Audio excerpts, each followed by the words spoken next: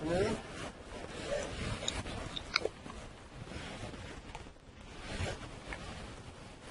Thank you, Director Scotsma, to Dean Nelson, and all of you who've come. I, for one, am glad this day has arrived. I have read so much and purchased so many paper and Kindle editions of books that told me anything and everything I wanted to know about the King James Bible. And I have ignored or put off my love affair with the Gospel of Mark in order to work on this lecture. So I, for one, am glad this day has arrived. Let me say by way of a disclaimer, I am not an historian. And I'm certainly not an historian of English Bible translations. But I relish the opportunity to bring together the KJB and African American people. And that is what I hope to do in this lecture today. I have an outline for you, and I hope to follow it. I understand that I have an hour. No, I'm just kidding. I understand that I have about 20 or 25 minutes for the lecture. And afterwards, I hope to have a rich dialogue with you in the Q&A session. That the KJB has had a profound linguistic and cultural influence on the North Atlantic is attested by many. As Hannibal Hamlin and Norman Jones have asserted, the KJB's formalistic approach to translation, though certainly not without its detractors in the 17th century, eventually, quote, became naturalized into everyday English, end quote. As Leland Ryken has noted, moreover, the KJB's idioms, its cadence, and its semantic codes created an intertextuality, a linguistic and cultural repository once felt palpable in almost every arena of what would become the U.S. Thus, not only did the KJB quickly gain ascendancy over the popular Geneva English Bible within 50 years of 1611, but KJB Bibles were the first English Bibles to be printed in the U.S. So, even if the Puritans brought their Geneva Bibles with them to the eastern seaboard colonies, a topic that is yet a matter of debate, the KJB actually came into prominence as that English Bible that shaped the discourse of this new nation. Students in the colonies and the later U.S. read from it, school primers quoted from it, oratorios performed in the States cited it, the Book of Common Prayer, with the exception of the Psalms, drew its readings from this Bible. U.S. presidents were sworn into office on this Bible, and by the 19th century, the KJB would be distributed throughout the U.S. and elsewhere by various Bible societies and unions. Africans in America, or at least those who eventually came to be called African Americans, have also been the subjects of the KJB's profound influence. Having begun to hear about the Bible frequently in the late 18th and early 19th centuries as a result of the inclusive evangelization of the revivals in the Second Great Awakening, blacks in the eastern seaboard colonies would have first read or heard the KJB, not the Geneva Bible. That Bible was the Bible of the revivalist movement among the Baptists, Methodists, and disciples, all of whom stressed a connection between literacy and conversion. That Bible, the KJB, was a Bible of dominance throughout the U.S. until the turn of the 20th century. And that Bible, as Catherine Clay Bassert has written, would become a site for the construction of black, quote, self-identity and culture, end quote. Or as Vincent Wimbush would say, it would provide a language world, a linguistic world, a kind of imaginary framework for interpreting blacks' new, everyday world. With this lecture, then, I would like to examine the role that the KJB has played in marking or shaping or in giving re-signification to black material bodies. So initially, with an examination of African American discourse before and after the Civil War, I will explore how the KJB played a role in literacy acquisition. Next, and relatedly, with an examination of discourse from the same period, I wish to explore how the KJB also played a role in defining black human existence. Then, with an examination of African American discourse in the 19th and early 20th centuries, I hope to show how the KJB was used in defining black beauty. And finally, turning to African American discourse from more recent times, I will explore how the KJB has been used in determining sexual options for black bodies. Now, obviously, other periods should also be examined, and my findings are not necessarily exclusive to the periods examined. What I think is the case, however, is that the KJB has had and continues to have a profound influence on black discourse, even if at times blacks or others are not aware of that influence or of the extent of that lingering influence. So first, the KJB and black literacy. Well, it's well known that translating the Bible is risky, serious business. Deadly serious. One need only consider Wycliffe and Tyndale, among others, or the various religious exiles that produced the other early English Bibles. As famously quoted, Wycliffe's ashes or remains were cast, quote, as wide as the waters be, end quote. The exile Tyndale was martyred for translating the Bible.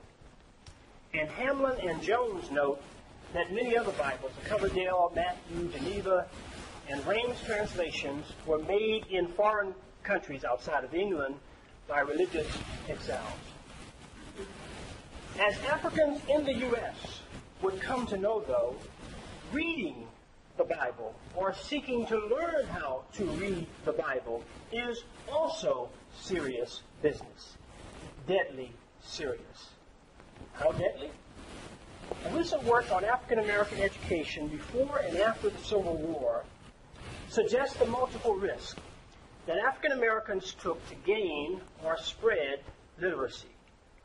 Both black people's literacy and poor people's literacy. Of course, when I say poor people's, I'm including black people too. Heather Andrea Williams, in Self-Taught African American Education in Slavery and Freedom, argues that blacks in slavery risked whipping, dismemberment, the threat of being sold, criminal charges, and even death to gain or spread literacy. State after state set up anti-literacy laws to deny blacks the opportunity just to learn how to read. So at the start of the Civil War, for example, only about 5% of blacks were able to read. Still, blacks yearn and greatly desire to read. And as historian Evelyn Higginbotham has noted, a key motivation for learning to read was to be able to read the Bible, to explore this new linguistic repository, this Bible that offered a language world to help black people interpret their world, especially for bringing comfort or for reframing their everyday circumstances. And of course, This Bible was the KJV. Again, the Bible that was of dominance in the U.S. throughout the 19th century. The KJV's role then in fostering black literacy lies simply in the fact that this was the only Bible that black folks had. As Alan Callahan has argued, this was the Bible that, quote, was at hand, end quote. KJV and black human status. When blacks learned to read the Bible, however, they did more than simply enter into a new linguistic world, or enter more deeply into that world, given that literacy must not be defined exclusively in terms of reading and writing. There's also oral literacy. Rather, learning to read and to write was necessary for self-determination and resistance. It was a part of a fight for visibility and human dignity. Literacy was an issue of power. To be able to write in an age in which writing was a sign of human reason, as it was true, as was the case in the Enlightenment, is actually to be able to write oneself, as Henry Louis Gates would say, quote, into being, end quote. To be able to read was also testimony. It gave testimony to the lie of those who denied black humanity and considered blacks solely as property. So when blacks learned to read the KJV, the only Bible they had, they were able to indicate to the world that this so-called property had a mind. Thus, the very acts of reading or writing or speaking or voicing by antebellum and postbellum hermeneutics were existential acts of defiance against the structures that denied blacks their existence as human persons. It is with little wonder, then, that the great orator Frederick Douglass used clandestine Sabbath schools to teach other blacks to read and write, and greatly valued the written word as a pathway from slavery to freedom. In fact, many African Americans, once they learned to read, began a lifetime of literacy, hearing and then reading the KJV, and thus this initial moment significantly sustained their sense of self-worth, and it also helped them with freedom and human presence. As Janet Cornelius has written in her work, and I can read my title clear, quote, Africans who were enslaved quickly recognized the value of reading and writing, not only for their practical uses, but because literacy, especially the ability to write, signified an establishment of the African's human identity in the European world. End quote. KJV and black beauty. It's interesting now. So far, we have noted that the KJV provided a new linguistic repository, and that learning to read the KJV was a defiant act establishing black people's humanity. Yet the KJV's influence on black bodies does not end with literacy and resignification of human presence. The KJV also made an impact on notions of black beauty. Of course, all notions of beauty rest on received traditions. Those traditions may be visual ones, that is, the everyday, value-laden representations that we see time and time again in paintings and sculpture, such that these visual representations take on an aura of the natural. And after a while, we think this is really the way things are. For example, although no pictures of the Nazarene Jesus exist, Cornel West notes that the proliferation of images reminiscent of Michelangelo's uncles even in black churches, shows the great power of received tradition and its influence on the formation of black subjectivity. I don't think I have to paint a picture there. You know exactly what I'm talking about. Likewise, notions of beauty also depend on those scientific or pseudoscientific received traditions that are invested in what Robin Wiegman speaks of as, quote, economies of visibility. Economies of visibility, end quote. These received traditions are the various cultural authorities that have invested heavily in the politics of racialized flesh, as if conditions of possibility may be assigned to a racialized grouping on the basis of the color of skin, the texture of the hair, and the shape of the nose. As Marlon Ross has argued, these are traditions that, quote, locate economies of unequal identity inside the flesh, end quote. Yet another received tradition could also be the Bible, or specific parts of it. In fact, several blacks in the 19th and early 20th centuries appealed to a specific scripture in the vernacular of the KJV to fight against the depictions of blacks that they faced elsewhere. That text was Song of Songs 1:5. Now I must note immediately that my concern is not to settle any of the many and varied debates on the Song of Songs. Members of my audience must look elsewhere if they wish to find more certainty on the issue of authorship, dating, canonical inclusion, that's a big one right there, and early traditions of interpretation.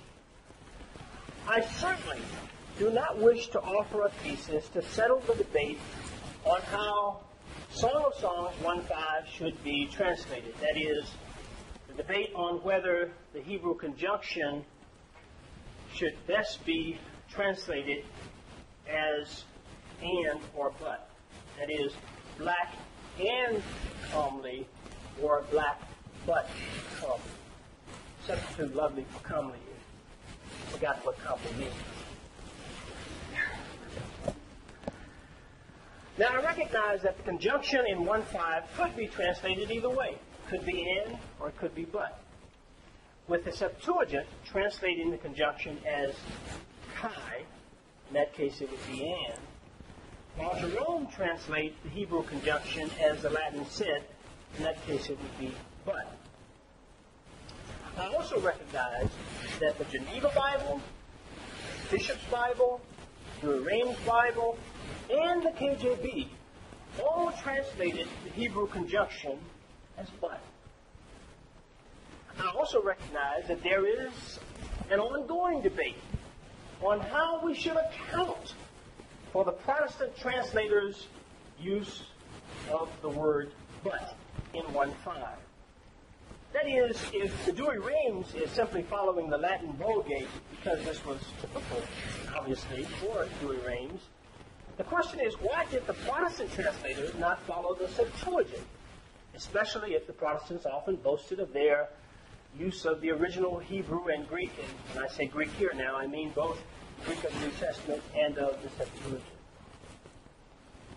Some scholars like Marvin Pope argue, well, the answer lies in something known as melanophobia, fear or anxiety of blackness. Give you a moment on that one. He suggests that this explains the translation, but lovely. In fact, he and other scholars, notwithstanding their knowledge that color is a floating cultural signifier, that is, it is a contestable marker, the reference to which repeatedly shifts both in general and with respect to specific phenotypes, they would still argue that 16th and 17th century England was a period in which the color black had already begun to solidify itself into the type of racial codes that certainly were in place much later. Such codes argues, for example, James Walden, a great historian who's written about a dozen books, such codes see black as a phenotype that had come to mean during that time something aesthetically ugly, culturally uncivilized, and religiously, I'm going to put this in quotation marks, heathen. It's a most unfortunate word because the Africans in question were not unreligious, they were simply not Christian. Other scholars, for example, Suhata Iyengar, would argue that in the 16th and 17th century England, the racial logic that we know from the later period had not yet fully dawned. That this earlier period is more fluid with respect to how color gets associated with race. And that the readings of Song of Songs by the Protestant translators is rather complex because blackness in the wider culture in the 16th and 17th centuries was also sometimes used to describe white people. Now, certainly I cannot settle that debate, and I think the answer lies somewhere in a deeper study of both the preceding associations of blackness drawn from antiquity through the medieval and feudal periods, along with an in-depth study of the texts of the 16th and 17th centuries, studies which obviously, since I received this assignment in March, I have not been able to begin in preparation to answer. Yet what matters more to me is that black discourse in the 19th and early 20th centuries repeatedly appealed to this text, and in doing so specifically drew on the diction of the KJB. From itinerant minister John Jay to itinerant preacher Zilpha Elah, and Baptist minister and historian Rufus Perry, from the abolitionist James McCoon Smith to the anti-slavery lecturer and novelist William Wells Brown, from the Monrovian pastor Alexander Pummel to the sociologist and philosopher E.B. Du Bois and the historian Carter G. Woodson.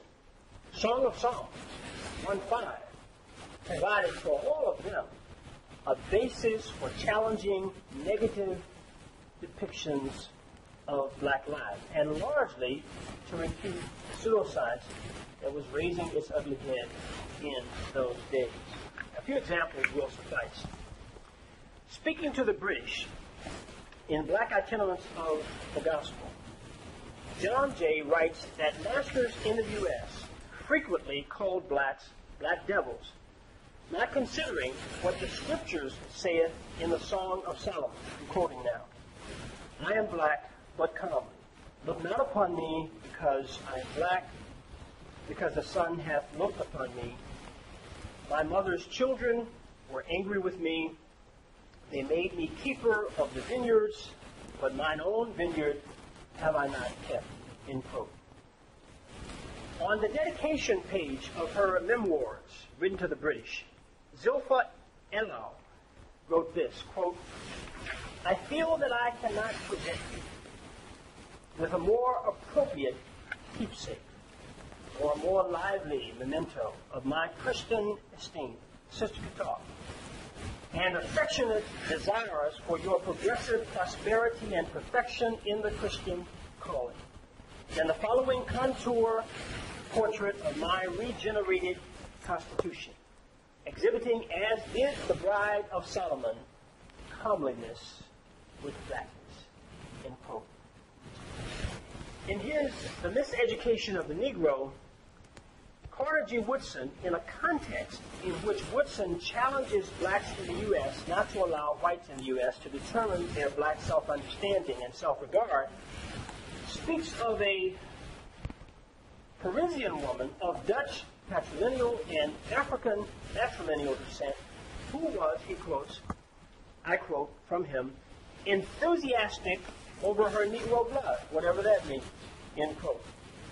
He states, I quote, this young woman expressed regret that she did not have more of that color.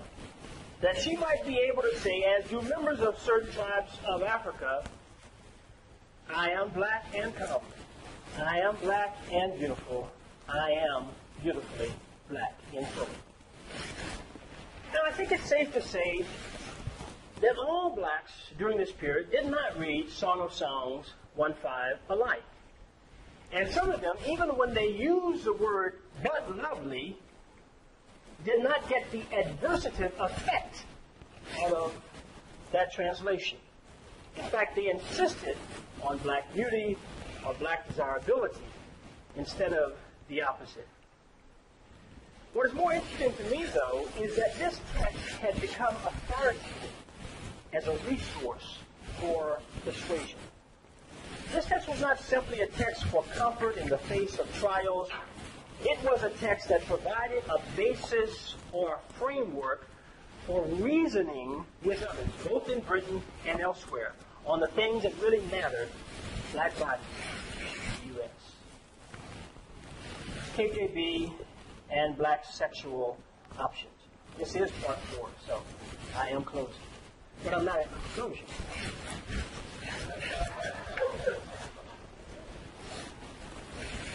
It's rather typical for a black Baptist preacher, but at any rate. So the KJB's influence continues from black literacy and human existence to black beauty, and there's more.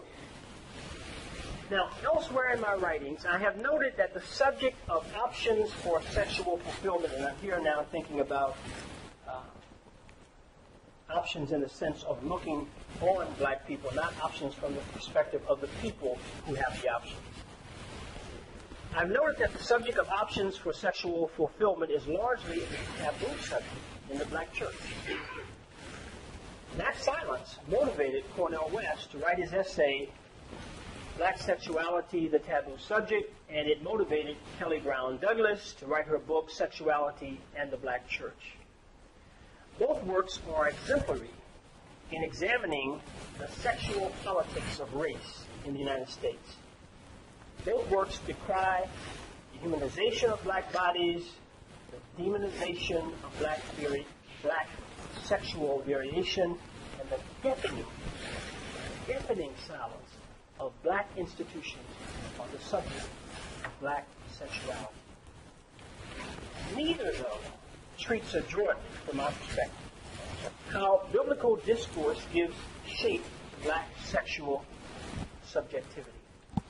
So for the purposes of this lecture, I would like to discuss as a fourth point on the KJB's influence how its rendering of 1 Corinthians 6:9 shapes the discourse of black thought on options for sexual fulfillment. As a test case for this part of my argument, I want to summarize and cite parts of what a famous black preacher from Texas,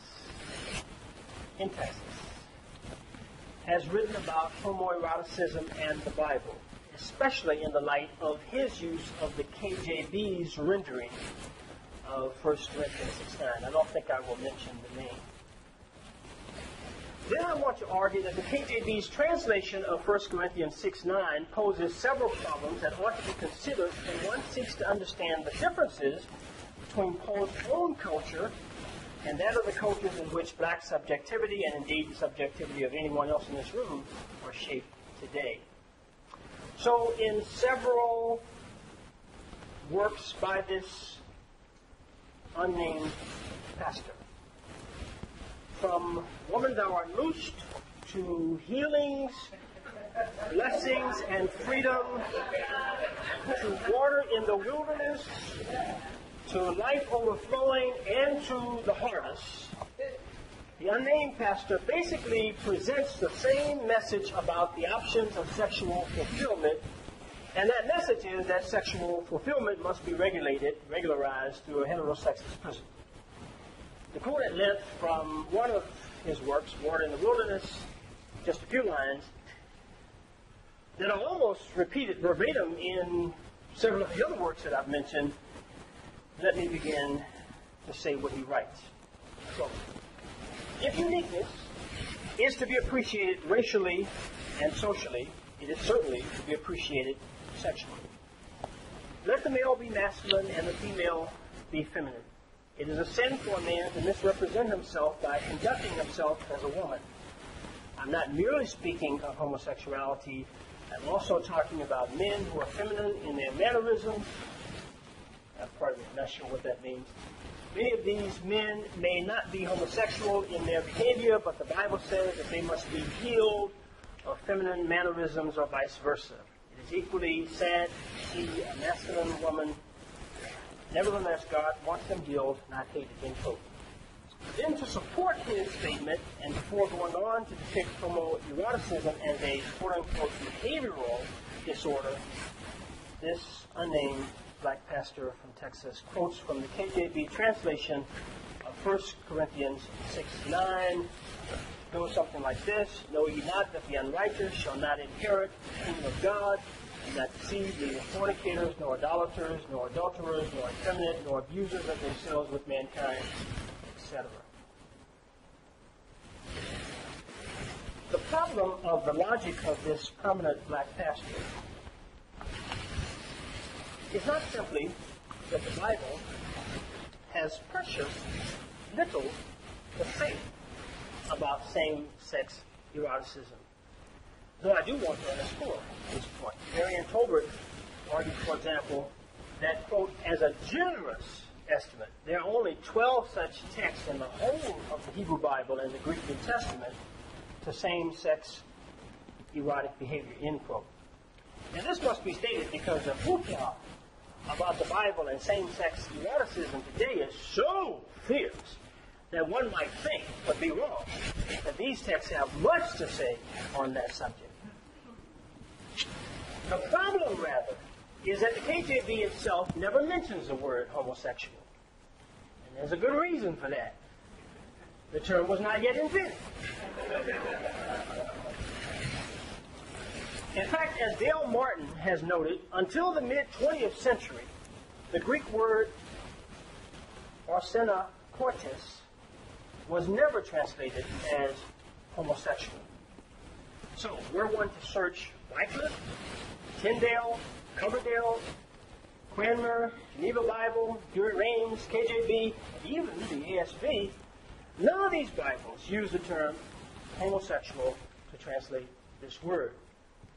By the 20th century, however, when ideas about normalcy were well underway, such language, argues Martin, quote, creeps into English versions, end quote.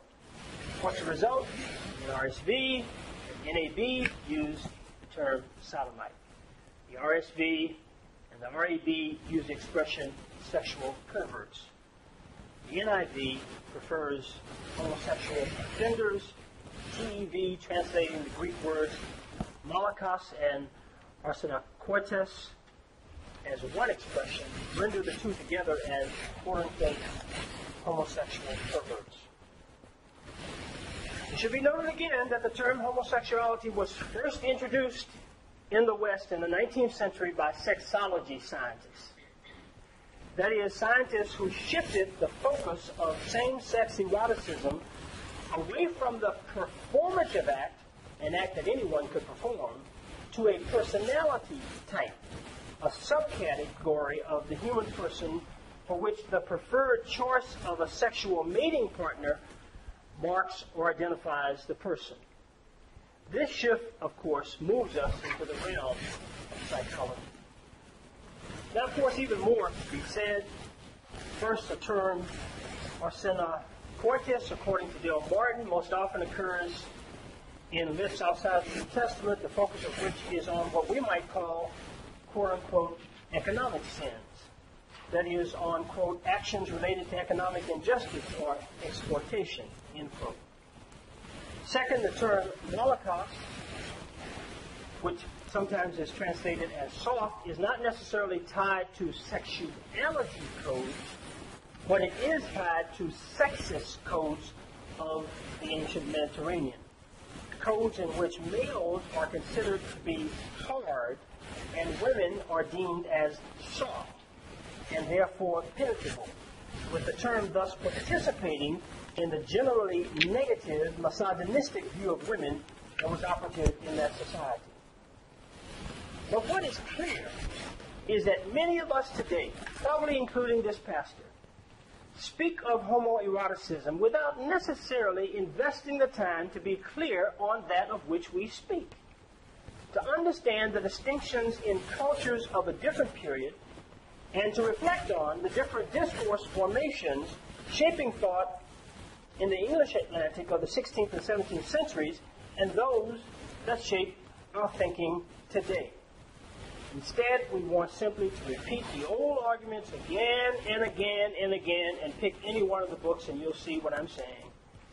We want to repeat the old arguments again and again without the benefit of a genuine discussion that is refracted through patient sifting of the information, rigorous historical reflection.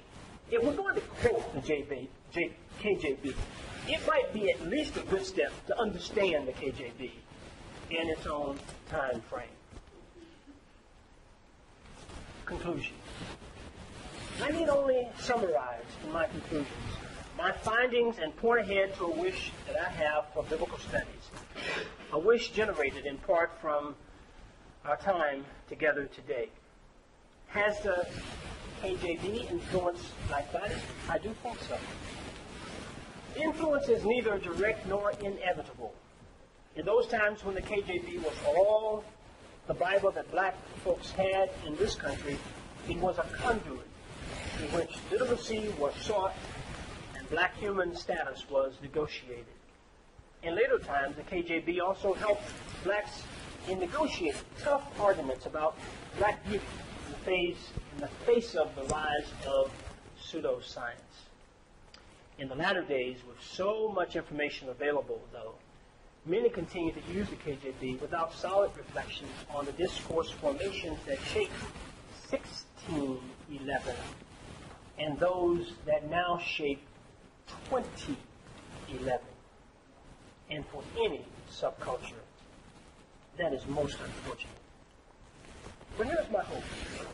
Hope in part generated by this study.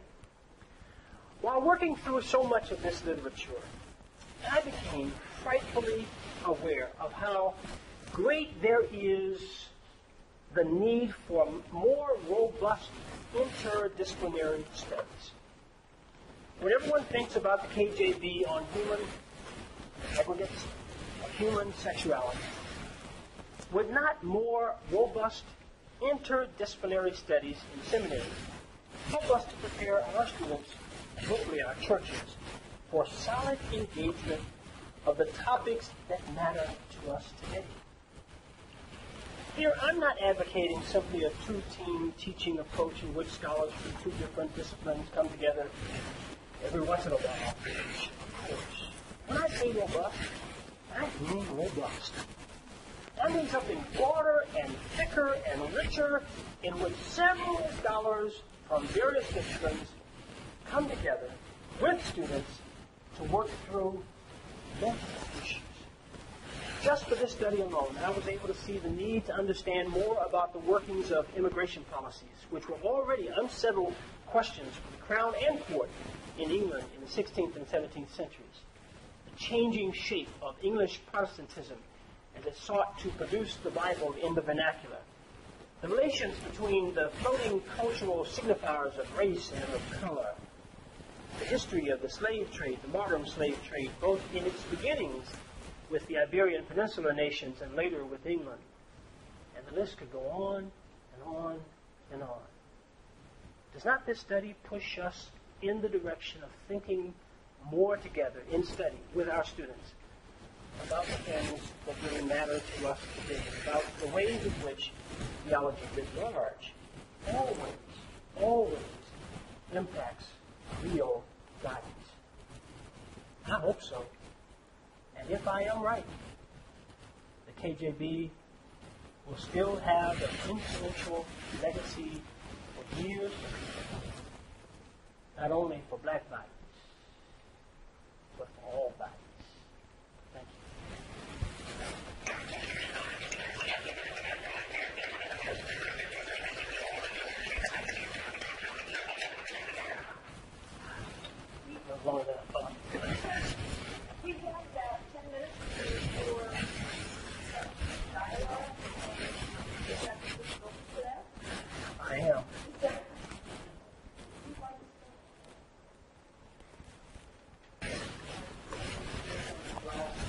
Yes.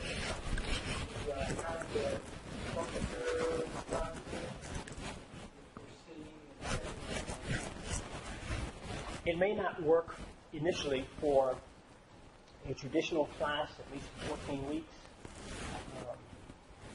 but perhaps there could be moments when faculty would come together along with students in a rigorous study. There may not even be credit assigned. But I can just imagine putting in one room Evelyn Park, Al Ricino, Rich Nelson, Abraham Smith, Bruce Marshall, Alistair Kinsey, all professors. I want everybody to know. I should have said that initially. And having a rich dialogue on some theme that would bring us all together.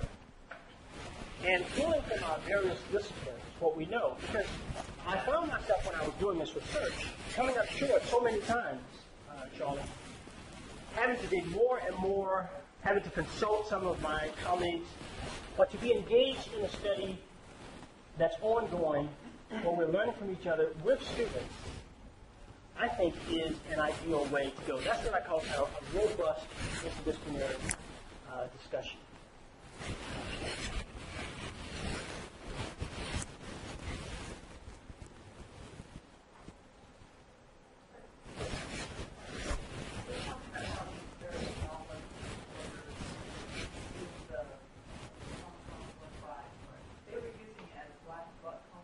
Some of them, that's right. That's right. That's right. Some of them use it as black butt comic. Some of them changed it. You will remember Zilpha. She said comeliness and blackness. But some of them actually changed it from butt, or they changed it to and. Or some instances, even when they said butt lovely, the context suggested that their reading of it was still and. So it's translation on the spot, so to speak. That's right. Okay.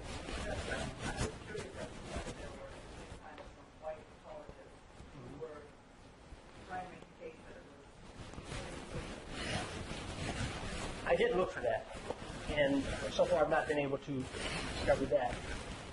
Sometimes, though, when a writer responded with this language, the writer would mention some names of prominent figures, including Thomas Jefferson, the so-called apostle of democracy, but not mentioning Thomas Jefferson as one who used the but lovely translation of Song of Songs, but rather using Song of Songs as a way of critiquing Jefferson's positions or regard for black people.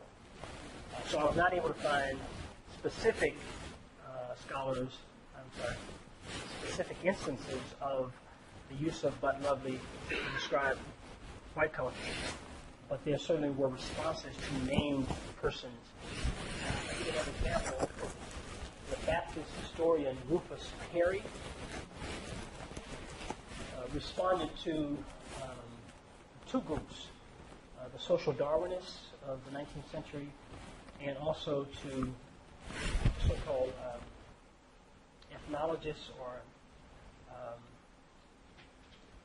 pseudo-scientists who, like Samuel Johnson or Thomas Augustus, we're talking about how black people have different cranial sizes, things like that. So it's almost as if they're not responding directly to an interpretation or a translation of Song of Songs. They're simply using this in order to fight what they think is a negative depiction of black people. I'll continue to search. I hope I find something. Well, who was next?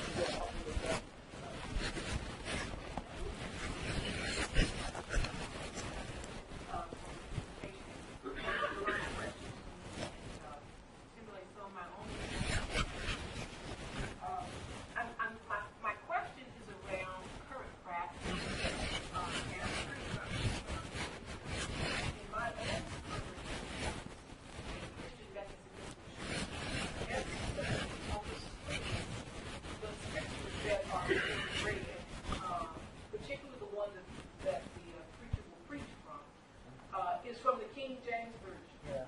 And while people around me, primarily, and I sit on the same pew a lot, they have NIV. Right. Very rarely do they have the revised version. But a lot of persons in my little section have. So I've always wondered, and I did ask the pastor, why do you have KJV being rejected and read? And the response I got was, that's what the congregants are most interested in. Yes, and it goes with that reference. So I'm wondering, sir, what did you find out about practices in black congregations on Sunday morning? Yeah. That's a really good question. In fact, that's what I was asked to do. That is, I was asked to talk about the impact or influence of the KJV on quote-unquote black church. And I responded, I don't want to do that. I want to cast the net wide. Because I thought to be able to do a good job of that would require some sociological study. Otherwise, it's going to be anecdotal. I think a lot depends on the leadership of a particular church. For example, I can imagine, though I'm not sure, that people who continue to read this prominent black pastor's books will continue to use the KJV even if they have something else alongside of it. So I think the direction in which churches go largely have a lot to do with the direction of leadership. When I say leadership, I'm not simply talking about the pastor. I mean like the cohort of the leaders that are in charge of the church. But I've not done any kind of sociological studies, so I can't say anything other than what I think is a good hunch about how this is operating. Now, the other thing that you want to consider, though, is that there's been enough time in the history of this country and in the history of black people in this country for people to become comfortable with the KJV in some regard. And maybe the same thing eventually will happen with other translations. We do know now that unlike before the NIV, unlike the time before the NIV, the KJV now is in a battle with the NIV. The NIV is really the most popular. Yeah. So it no longer has the same kind of weight that it once had. So give the church a few years, and maybe those who are gathered around you using the NIV will actually demand that there will be a change. One of the things that I hope would happen, though, and I talked to my students about this, why not try to generate a change? And one way of generating change, perhaps, is to talk about a church examining multiple translations, just so to see what's there, and to see if one can discern certain biases in one versus biases in another.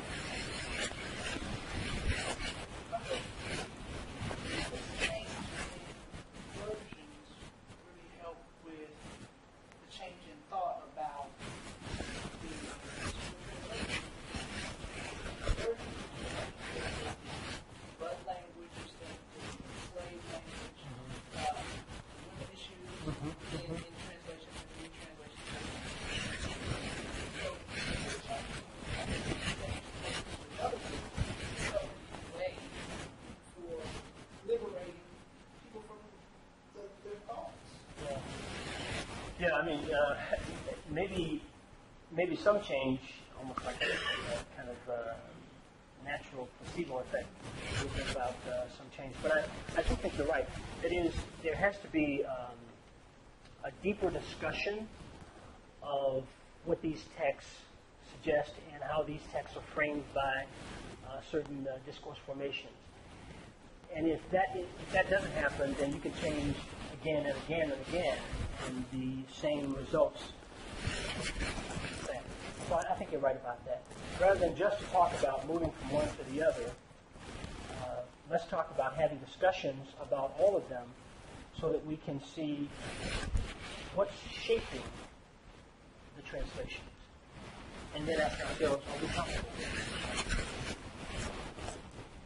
I guess. I appreciate your affirmation of the interdisciplinary perspective. I'm wondering, in that spirit, did you get a chance, I know this is beyond the scope of your lecture strictly, but did you get a chance to research any visual depictions based on these texts in art? Well, I didn't focus on that, but I know that there's an African Heritage Bible, for example, that uses the KJV. But at least is trying to talk about or generate a discussion on art and how subjectivity is shaped by art. Of course, Henry Howard Garnett talked about this many, many years ago and made the point that our conceptions of who Jesus is, for example, are shaped by the art that we see about Jesus. And so he advocated that black people portray Jesus as black. He was not advocating necessarily that this was the Jesus of Nazareth, one way or another, nor any other was the Jesus of Nazareth. It was a kind of radical stirring of the war to suggest that black people have just as much right to portray Jesus in their own image as anybody else to portray Jesus in their image. And also, excuse me, if you take a look at God's hormones, the art there was illustrated by Aaron Douglas, and of course, all of the poems of God's hormones are poems about intercourse, sun, midday, northern architecture. And one of the strong impulses of Aaron Douglas came out of the Harlem Renaissance period was to characterize through art these biblical figures as black people. So, both in recent history with respect to something like African Heritage Bible, and in vintage moments, for example, in the 1920s and early 1930s, there are some persons who recognize that as long as we're proliferating the same kind of images, a change is going to occur.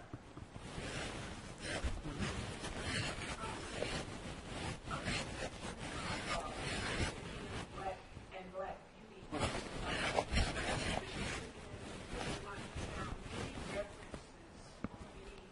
Information around the body as mulatto or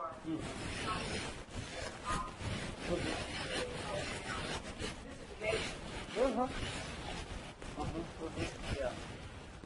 I don't know if I can speak to the KJB and that subject, but I know you know that I've written some work on William Wells Brown, who wrote Hotel, The President's Daughter. And at the center of that work, apart from the issue of inter-race sexual activity, is this figure who obviously is a quadroon, or I think that's what she would be in that instance, a quadroon. And so the first thing I would say is that I would refer you to that work that I've written, which talks about that as being a kind of complex issue. Like I said, this is though.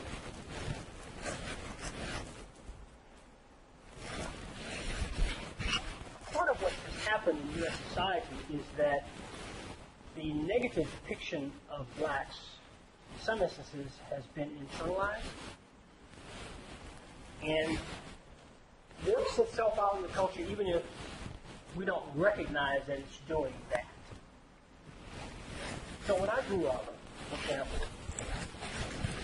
because my mother and my father are two different shades, that's the best way I'm going to Put it back. There were persons who said about my two brothers who look like my mother, they are fair-skinned. And persons who said about the brother who looks like me, we are dark-skinned. Without even thinking about the complications of that language, that it's intended to set up a kind of contrast. Fair versus dark-skinned. Now, this is an asymmetrical binary. It's not as if, oh, well, we're just organizing. That's fair, that's dark. It's not just that simple. Fair and better and smarter and more moral, so forth and so on. And that works itself through the culture. Hair texture also works itself through the culture. So there were multiple resources that I read that talked about this. One work I know you know because you recommended it to me, Color Complex. It's a work that I think is very good about that. Can I mention the CME issue? Okay. And in fact, and we have an historian here, I don't know how well documented this is, but according to Color Complex, the CME church started as a collection of the fair-skinned. All right? And this was a way of kind of isolating themselves away from the darker ones. All right? Again, perhaps, Ted, you can speak more to that, but if that is true, then we can see how the internalization of negative depictions works itself out every day in our culture without some of us even realizing that. Because, for the longest, when I thought about the Christian Methodist Episcopal Church, even though once it was called Colored Methodist Episcopal Church, I never associated them with that history. I just said, like all people of God, some people can't get along with others. And so we've got AMEs and AME Zions and CEs, so forth and so on. I don't know, Ted, do you know more about that? Okay. The particular era he talks about that in the 1930s, there was a huge conflict in the church over the perception that high church offices like presiding elders and bishops were always given more lighter skinned black people, and so forth. And I was going to throw into this part of this rich conversation we're talking about. I remember when I was leaving Essex in 1984, there was a story in the Daily. The Daily Compost, the Daily Pick either one, okay. Here, and that discovered an hitherto unknown group of films that they found. Oh, yes. I know about that. Yeah. And these films were, from a black cinema, and it was stuff that they really had not seen. But one of the things they talked about was the heroes tended to have lighter skin. Yes. So we could throw that in. Yeah. In so many ways, I think it filters through. That one of the, for over 8 years, African Methodist design and the theater has been in rotation for murder, and one of the deal breakers was this myth or whatever it is around skin color, that there were more light skin in one than the other. That was one of those components that was problematic for the group that had been mentioned in those pieces. Not that it still continues, but it has been a factor as a deal breaker.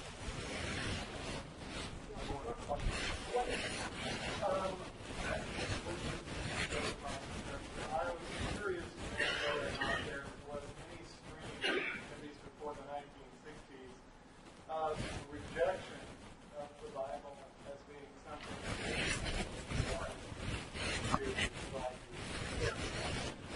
Okay. Find that. Depending on the regard that some Muslims may have had towards the Bible, that would be an example. But it depends on the particular That would be surely an example. There were certainly persons who may have begun thinking the Bible is for us, the Bible is helpful, and then reached a certain point where they had a lot of questions. I mean, one could say that about Du Bois.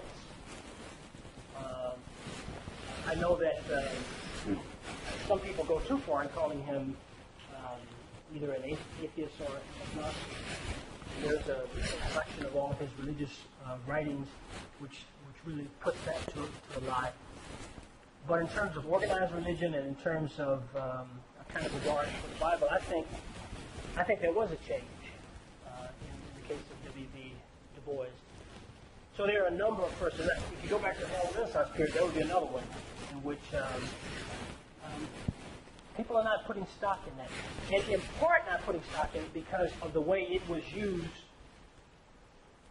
or the attempt to use it to make blacks docile. That's a better way to put it.